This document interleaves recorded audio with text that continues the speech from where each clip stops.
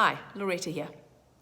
So, have you ever been in a situation where you set a health goal and then you worked hard towards it and then you achieved it only to find that a few months later or a few years later you had reverted back to your original habits? Well, I certainly have had that happen. I've lost the same 10 kilograms, I can't tell you how many times in my life, for example. So, Whole Health Habits, which is a live workshop that I'll be teaching, is designed to help us identify why this happens and to basically reprogram our psychology and our physiology to prevent it from happening in the future or to at least minimize the risk. So, part of the reason why we fail is because the goal that we set is often extrinsic. So in other words, let's say I want to lose 10 kilograms. And you ask me, well, Rita, why do you want to lose 10 kilograms? I go, well, because I want to be thin. You go, well, why do you want to be thin? Well, because if I was thin, I would be more confident. And why would you want to be more confident? Well, because if I was more confident, then I would be more prepared to, let's say, put myself in the public domain. And why would you want to put yourself in the public domain? Because if I put myself in the public domain and I could teach many people instead of speaking to one person at a time, I would make more money. And what would be the consequence of you making more money? Well, if I had more money, then I would have more freedom. And what would the consequence be of having the freedom? Well, if I had more freedom, then I could learn more. And why would you want to learn more? Because if I learned more, I'd feel more secure.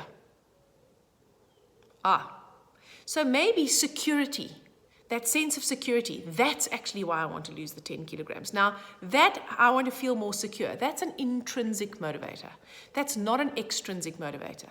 And then I can ask myself, so what can I do to help myself feel more secure while I'm on the journey of losing the 10 kilograms? And when you have that intrinsic motivator, the chances of you actually staying the road of the program and staying on a program are increased. The other way of doing it is also connecting with the consequences. We don't think about consequences. If you think about rash decisions that you've made in your life, right, or risks that you've taken, very often, usually when the risk turns out okay, then you go, oh no, that's okay. But when it turns out not okay, then well, it's because we didn't take the consequences into account. So people say, yeah, but that's like the negative, Loretta. Are we not supposed to be positive all the time? Well, no, we have to be realistic. Realistic is a balance of positive and negative. So you can have this vision of what your life is going to look like, minus the 10 kilograms, which is an inspiring vision. But the alternative is to say, what would the consequence be of me not losing the 10 kilograms? Well, if I didn't lose the 10 kilograms, I'll feel trapped. And if you feel trapped, what will you do? Well, I'll probably eat more. And if you ate more, what would happen? I'd probably get fatter. And if you got fatter, what would happen? Well, my self-esteem would drop. And if your self-esteem dropped, what would happen as a consequence of that? Well, I wouldn't be so confident about teaching health, would I? And what would be the consequence of that? Well, I'd feel stifled in my career ambitions. And what would the consequence be of that? Well, I would feel worthless. And what would the consequence be of that? Well, it would start affecting my relationships. It would start affecting my friendships. It would definitely affect my relationship with my loved ones. And what would the consequence be of that? Well, it would cause huge stress and tension in my family. Okay, so now the 10 kilograms are not about aesthetics anymore. The 10 kilograms are now about the consequence of how they are going to affect every area of your life, particularly the really important ones.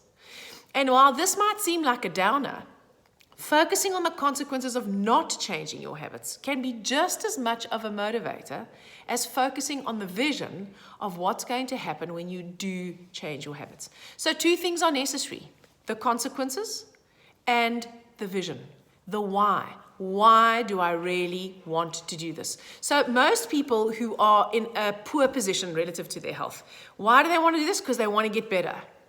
If you really wanted to get better, you'd be doing it. So please, I'm not suggesting you don't want to heal. I'm just saying if you really wanted to, reverse your diabetes, for example, if you've got borderline diabetes, well, you'd go on the diet, you'd do the exercise, and you'd lose the weight. So you want to, but you keep on sabotaging or procrastinating or hesitating. It's because that's not a big enough why. It's really not important enough for you. So if you're interested in learning more about what our intrinsic and extrinsic motivators are and how you can change your habits for the better in the long term so that you can actually shift your health, improve your vitality, and have the fulfilled and inspired life that is your birthright, I hope you will join me at the Whole Health Habits Workshop. There's a link below. If you click on it, it'll take you to the Your Ideal Body Programs page on which all the information about the workshop is. You can private message me or you can call Helen or Zinzi on 043 726 8606 to reserve your seat today. I look forward to seeing you there in person.